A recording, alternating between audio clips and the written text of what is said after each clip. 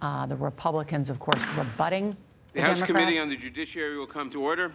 Without objection, the chair is authorized to declare recesses of the committee to end. I object. Objection noted. The quorum is present.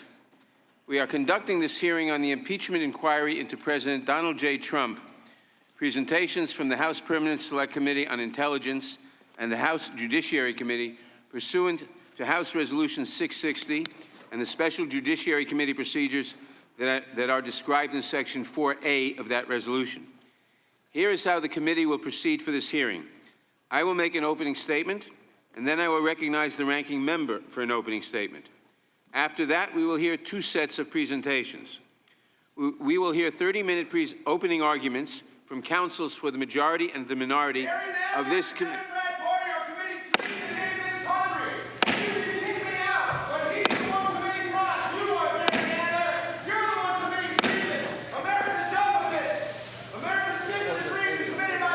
Order in the room. Order in the room.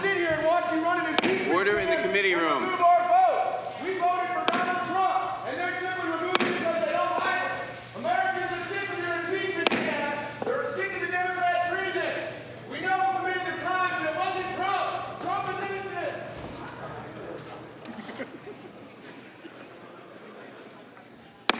The committee will come to order. Obviously, I shouldn't have to remind everyone present that the audience is here to observe, but not to demonstrate, not to indicate agreement or disagreement with any witness or with any member of the committee. The audience is here to observe only, and we will maintain decorum in the hearing room. And again, I will say, here is how the committee will proceed for this hearing.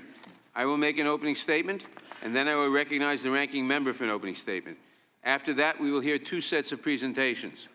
We will hear 30-minute opening arguments from counsels for the majority and minority of this committee. Then we will hear 45-minute presentations of evidence from majority and minority counsel from the Permanent Select Committee on Intelligence, followed by 45 minutes of questioning by the chair and ranking member, who may yield to counsel for questioning during this period. Finally, all of our members will have the opportunity to question the presenters from the Intelligence Committee under the 5-minute rule. I would note that the President's Counsel was given the opportunity to participate today, but the White House has declined the invitation. I will now recognize myself for an opening statement. No matter his party or his politics, if the President places his own interests above those of the country, he betrays his oath of office. The President of the United States, the Speaker of the House, the Majority Leader of the Senate, the Chief Justice of the Supreme Court, and the chairman and ranking members of the House Committee on the Judiciary all have one important thing in common. We have each taken an oath to preserve, protect, and defend the Constitution of the United States. If the President puts himself before the country, he violates a president's most basic responsibility. He breaks his oath to the American people. If he puts himself before the country in a manner that threatens our democracy, then our oath, our promise to the American people, requires us to come to the defense of the nation. That oath stands even when it is politically inconvenient, even when it might bring us under criticism, even when it might cost us our jobs as members of Congress. And even if the President is unwilling to honor his oath, I am compelled to honor mine. As we heard in our last hearing, the framers of the Constitution were careful students of history and clear in their vision for the new nation. They knew that threats to democracy can take many forms, that we must protect against them. They warned us against the dangers of would-be monarchs, fake populists, and charismatic demagogues. They knew that the most dangerous threat to our country might come from within, in the form of a corrupt executive who put his private interests above the interests of the nation. They also knew that they could not anticipate every threat a president might someday pose, so they adopted the phrase treason, bribery, and other high crimes and misdemeanors to capture the full spectrum of possible presidential misconduct. George Mason, who proposed this standard, said that it was meant to capture all manner of great and dangerous offenses against the Constitution. The debates around the framing make clear that the most serious such offenses include abuse of power, betrayal of the nation through foreign entanglements, and corruption of public office. Any one of these violations of the public trust would compel the members of this committee to take action. When combined in a single course of action, they state the strongest possible case for impeachment and removal from office. President Trump put himself before country. Despite the political partisanship that seems to punctuate our hearings these days, I believe that there is common ground around some of these ideas. Common ground in this hearing room and common ground across the country at large. We agree, for example, that impeachment is a solemn, serious undertaking. We agree that it is meant to address serious threats to democratic institutions like our free and fair elections. We agree that when the elections themselves are threatened by enemies foreign or domestic, we cannot wait until the next election to address the threat.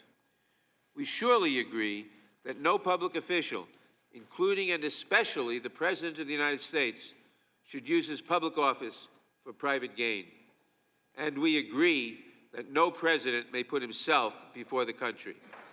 The Constitution and his oath of office, his promise to America's citizens, require the president to put the country first. If we could drop our blinders for just one moment, I think we would agree on a common set of facts as well. On July 25th, President Trump called President Zelensky of Ukraine and asked him for a favor.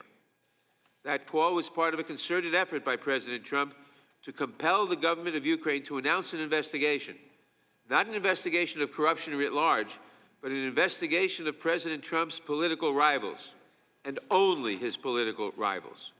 President Trump put himself before country.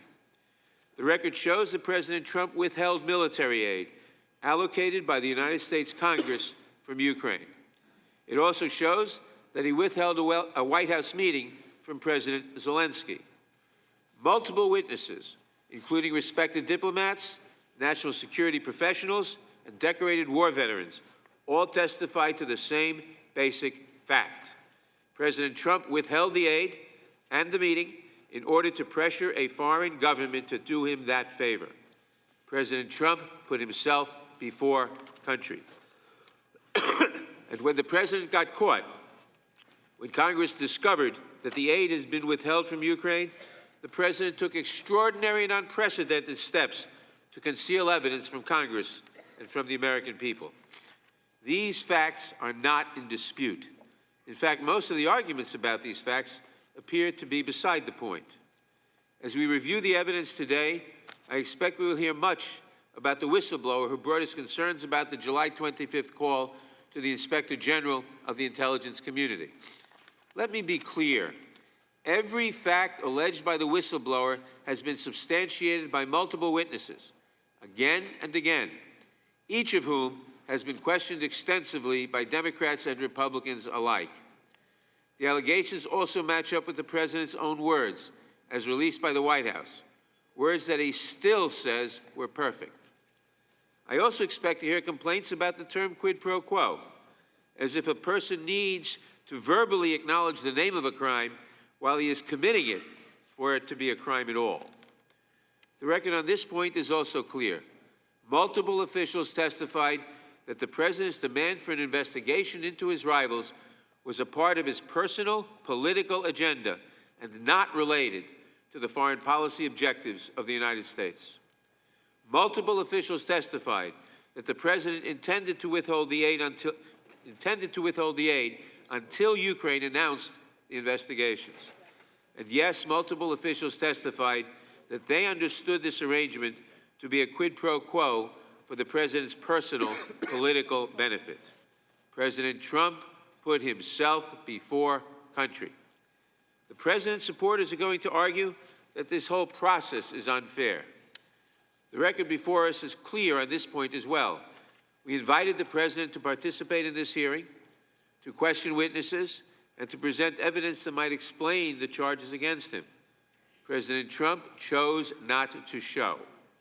He may not have much to say in his own defense, but he cannot claim that he did not have an opportunity to be heard.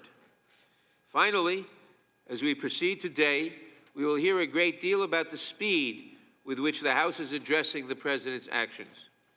To the members of the committee, to the members of the House, and to my fellow citizens, I want to be absolutely clear. The integrity of our next election is at stake. Nothing could be more urgent. The President welcomed foreign interference in our elections in 2016. He demanded it for 2020. Then he got caught. If you do not believe that he will do it again, let me remind you that the President's personal lawyer spent last week back in Ukraine meeting with government officials in an apparent attempt to gin up the same so-called favors that brought us here today and forced Congress to consider the impeachment of a sitting president. This pattern of conduct represents a continuing risk to the country. The evidence shows that Donald J. Trump, the President of the United States, has put himself before his country. He has violated his most basic responsibilities to the people. He has broken his oath. I will honor mine. If you would honor yours, then I would urge you to do your duty. Let us review the record here in full view of the American people, and then let us move swiftly to defend our country. We promised that we would.